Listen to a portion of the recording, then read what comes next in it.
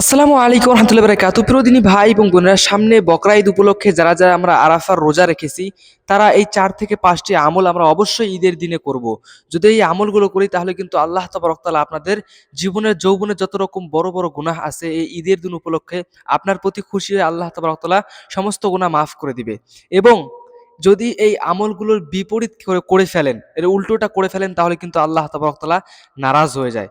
কেননা এই আমলগুলো খুবই গুরুত্বপূর্ণ, যেগুলো আমরা নিজের অজান্তেই ঈদের দিনে করে ফেলি। এর ভুলটা আমরা সকলেই চেষ্টা করব ঈদের দিনে এই ভুলগুলো থেকে বেঁচে থাকার, এবং আমি যে আমলগুলো করার কথা বলবো অবশ্যই আমরা এই আমলগুলো করব ইনশাআল্লাহ। যদি আমরা এই আমলগুলো করি তাহলে কিন্তু আল্লাহ তাবারক তাআলা ঈদের দিন উপলক্ষে খুশি হয়ে আপনার সমস্ত গুনাহ মাফ করে দিতে পারে। আর নতবা যদি আপনি এই আমলগুলো না করেন, এগুলোর বিপরীত করে ফেলেন, তাহলে কিন্তু আপনার আরাফার রোজা রেখেও কোনো ফায়দা হবে না।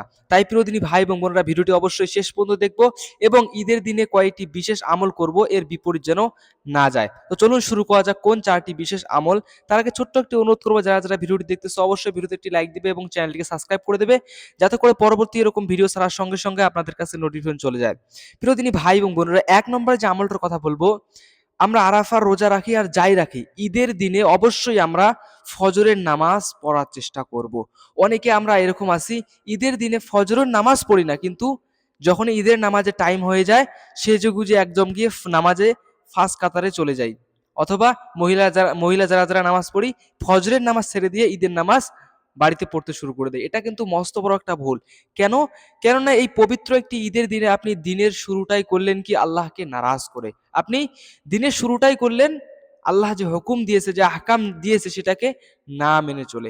কেননা হাদিস শরীফের মধ্যে আসছে, এই পুরো পৃথিবীটার থেকে ফজরের 2 রাকাত সুন্নত, এখানে ফরজ না, জাস্ট সুন্নত পুরো পৃথিবীটার থেকে উত্তম। তাহলে আমরা কেন ফজরের 2 রাকাত সুন্নত বাদ দিব? আল্লাহ তাবারক তাআলা এই ফজরে আমরা বিশেষ কোনো দিন উপলক্ষে ফজরের নামাজ ছেড়ে দেই। এটা মস্ত বড় ভুল। দিনের শুরুটাই করবেন আল্লাহকে খুশি রাজি করে। আপনি আরাফার রোজা রেখেছেন আর ঈদের দিনে ফজরের নামাজ পড়তেছেন না, এটা মস্ত বড় ভুল। প্রথম কথা, ঈদের দিনে আল্লাহকে সন্তুষ্টি করার জন্য, আল্লাহকে খুশি রাজি করার জন্য ফজরের নামাজটা আমরা অবশ্যই পড়বো। আর যারা যারা পুরুষরা দেখতেছো, তোমরা অবশ্যই ফজরের নামাজটা বা জামাতের সহিত পড়ার চেষ্টা করবে ঈদের দিনে। ঈদের দিনে ফজরের নামাজ যেন ছুটে না যায়। দ্বিতীয় যে আমলটার কথা বলবো প্রিয়দিনী ভাই এবং বোনেরা, আমি যে আমলগুলো বলবো এগুলোর বিপরীত যেন না হয়ে যায়, উল্টোটা যেন না হয়ে যায়। দ্বিতীয় যে আমলটি বলবো সেটি হচ্ছে কি, পোশাক। ঈদের দিনে নতুন পোশাক পরিধান করা। প্রিয়দিনী ভাই এবং বোনেরা, যারা যারা নতুন পোশাক কিনেছেন, কিনে ওটাকে রেখে দিবেন এটা না, ঈদের দিনে অবশ্যই পরবেন। এটা আল্লাহ রাসূল সাল্লাল্লাহু আলাইহি সাল্লামের সুন্নত। ঈদের দিনে নতুন পোশাক পরাটা কি সুন্নত, অবশ্যই আমরা সেটাকে পালন করব। এবার যারা যারা নতুন পোশাক কিনতে পারেননি, হয়তোবা টাকার অভাবে, আপনি গরিব আছেন, আপনার কাছে টাকা পয়সা নেই, পোশাক কিনতে পারেননি, কোনো সমস্যা নেই। আপনার যতগুলো পোশাক আছে, আপনার যদি 2টো 3টে 4টা 5টা পোশাক থাকে, সেই পোশাকগুলোর মধ্যে সব থেকে যে উত্তম পোশাকটা, সব থেকে ভালো, সব থেকে বেহতার যে পোশাকটা, ওটাকে পরার চেষ্টা করবে ইনশাল্লাহ। ওই পোশাকটা পরবে, সব থেকে উত্তম পোশাকটা পরবে, যদি পুরোনো কাপড়গুলোর মধ্যেও। কেননা আপনি যদি দুনিয়াতে সাধারণ একটা বিয়ে বাড়িতে যান, যে কোনো একটা অনুষ্ঠানে যান, যে কোনো আত্মীয়র বাড়িতেও যান, তাহলে কিন্তু আপনি কি অনেক সেজে গুজে যান, অনেক সেজে গুজে যান, ভালো ভালো পোশাক পরিধান করে যান, কিন্তু মহান আল্লাহ তাবারক তাআলার দরবারে আসতেছেন আপনি এই পবিত্র একটা ঈদের দিনে, যেদিনে আল্লাহ তাবারক তাআলা অনেক গুনাহগার বান্দাকে মাফ করে দেয়। তো এই পবিত্র ঈদের দিনে আপনাকে অবশ্যই ভালো পোশাক পরিধান করতে হবে এবং পোশাকটা পাক থাকতে হবে, পরিষ্কার থাকতে হবে। এরকম না যে আপনাকে নতুন পোশাকই পরতে হবে, এরকম কোনো জরুরত না। যদি নতুন পোশাক না কিনতে পারেন, অবশ্যই আপনার যে কাপড়গুলো আছে সেগুলোর মধ্যে উত্তম পোশাকটা পরিধান করবেন। এবার যদি আপনি না পড়েন, তাহলে কিন্তু এটা এক ধরনের বেয়াদবি করা হলো। কেননা আমরা অনেক সময় এরকম করি যে জাস্ট 2 রাকাত নামাজ, যাবো আর আসবো, অত পোশাক পরিধান করে কি করি, এখনই যাবো এখনই আসবো, সেজন্য যে কোনো পোশাক পরি না। এটা ভুল, এটা মস্ত বড় একটা ভুল।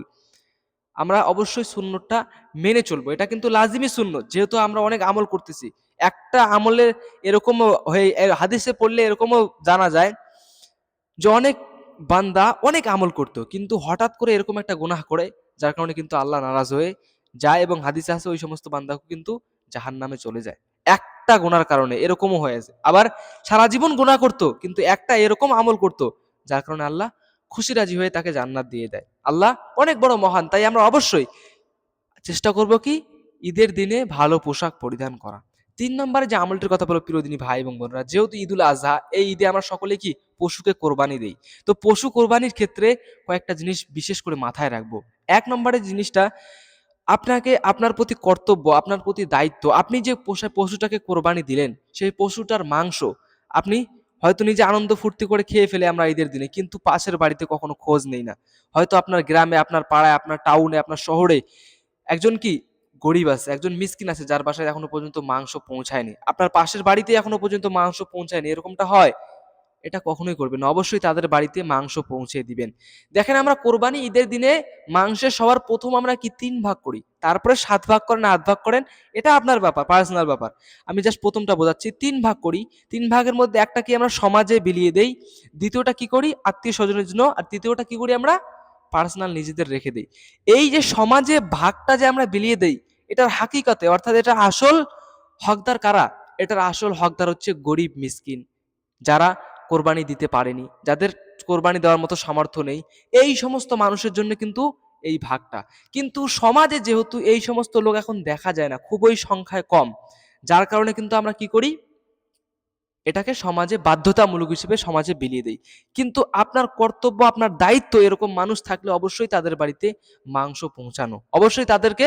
কেননা আল্লাহ তাআলা হাদিস শরীফের মধ্যে আসে, আল্লাহ রাসূল সাল্লাল্লাহু আলাইহি ওয়াসাল্লাম হাদিসের মধ্যে বলছেন, আল্লাহ রাসূল সাল্লাল্লাহু আলাইহি সাল্লাম যখন মিরাজ থেকে আসলেন, তখন এই কথাটা শুধুমাত্র আয়েশাকে বলেছিল, আম্মাজান আয়েশা রাদিয়াল্লাহু তাআলা আনহাকে বলেছেন। আল্লাহ তাবারক তাআলা সবথেকে বেশি ওই প্রিয় ওই বান্দার প্রতি খুশি হন, ওই বান্দাকে দেখে একটু হাসেন, মুচকি হাসেন। কোন বান্দাকে? যারা কোনো মানুষের ভাঙা মনকে জুড়িয়ে দেয়। হয়তো ঈদের দিনে ওর মনে অনেক দুঃখ, নতুন পোশাক কিনতে পারেনি, দুবেলা ঈদের দিনেও একবেলা ভালো মন্দ খেতে পারেনি, এখনো পর্যন্ত তার বাড়িতে মাংস আসেনি, এখনো পর্যন্ত তার বাড়িতে ভাতই রান্না হয়নি। সেক্ষেত্রে আপনি যদি তার বাড়িতে মাংস দেন, তাকে ভালোভাবে খোঁজ খবর নেন, তার মুখে অবশ্যই একটু মুচকি হাসবে, তার মুখের মধ্যে, তার অন্তরের মধ্যে একটা কি খুশি কাজ করবে। এটাই হচ্ছে সব থেকে উত্তম। এই সমস্ত আমলের কারণে কিন্তু আল্লাহ তাবারক তাআলা ওই বান্দার প্রতি খুশি হয়। তাই আমাদের প্রতি কর্তব্য, আমরা অবশ্যই এই আমলটা করার চেষ্টা করব ইনশাল্লাহ। তারপরে যে আমলটার কথা বলবো প্রিয়দিনী ভাই এবং বোনরা, কোরবানি ঈদের দিনে আমরা অনেকে কোরবানি দেই, যে কোনো আপনি একটা পশু কোরবানি দিলেন, ছাগল দিলেন, ভেড়া দিলেন, মোষ দিলেন, গরু দিলেন, যাই কোরবানি দেন না কেন, আপনাকে এই জিনিসটা ধ্যানে রাখতে হবে প্রিয়দিনী ভাই এবং বোনেরা। কোরবানি ঈদের দিনে আপনি গরুটাকে বা মোষটাকে কোরবানি দেওয়ার আগে একটা কসাই নিয়ে আসেন অবশ্যই। এই কসাইকে আপনারা কি করেন, ওই মোষ কাটার পরে ওটার মাংস দিয়ে দেন তাকে পারিশ্রমিক হিসাবে। এটা একটা মস্ত বড় ভুল, এটা কিন্তু কেয়াসের মধ্যে মানা করা আছে। যে পশুটা কেটে ফেটে আপনাকে পরিষ্কার করে দিয়ে দেয়, তাকে আমরা কি বলি, কসাই। এই কসাইকে আমরা কি করি, পারিশ্রমিক হিসেবে মাংস দিয়ে দেয়, এটা ভুল। পারিশ্রমিক হিসেবে তাকে টাকা দিতে হবে, মাংস নয়। এবার তারপরে যদি আপনি মাংস দিতে চান, আপনি খুশি হয়ে দেবেন, আপনার অন্য কোনো উদ্দেশ্য না, পারিশ্রমিক হিসেবে দেবেন না, খুশি হয়ে দিবেন, তাহলে কিন্তু আপনার নিজের পার্সোনাল যে ভাগটা, সমস্ত কিছু ভাগ বন্টন হয়ে যাওয়ার পরে পার্সোনাল ভাগ থেকে আপনি মাংস দিয়ে দিবেন। তাই ঈদের দিনে এগুলো ধ্যান রাখতে হবে। আপনার বাড়িতে কোনো যদি মিসকিন আসে, কোনো গরিব আসে, অবশ্যই তাকে দুবেলা ভালো মতো খেতে দিবেন। আর যদি খেতে না দিয়ে পারেন, তাকে মাংস দিবেন। মাংস না দিলে সে যদি কেউ টাকা পয়সা চেতে আসে, এই যে ফেতরা ফোতরা এগুলো তো এগুলো নেই, তারপরে গরিব মিসকিন আসলে তাকে কিছু টাকা দিয়ে হলে সাহায্য করবেন, তার মুখে হাসি ফোটাবেন। এই দিনে আল্লাহ তাবারক তাআলা কাউকে নারাজ দেখতে চান না, সবাইকে খুশিতে দেখতে চান। প্রিয়দিনী ভাই এবং বোনেরা, অবশ্যই আমরা ঈদের দিনে আমলগুলো করবো ইনশাআল্লাহ। আজকে এই পর্যন্ত। তার আগে ছোট্ট একটা অনুরোধ করবো, যারা যারা ভিডিওটি দেখতেছো, অবশ্যই ভিডিওটি লাইক দিবে এবং চ্যানেলটিকে সাবস্ক্রাইব করে দেবে। আসসালামু আলাইকুম।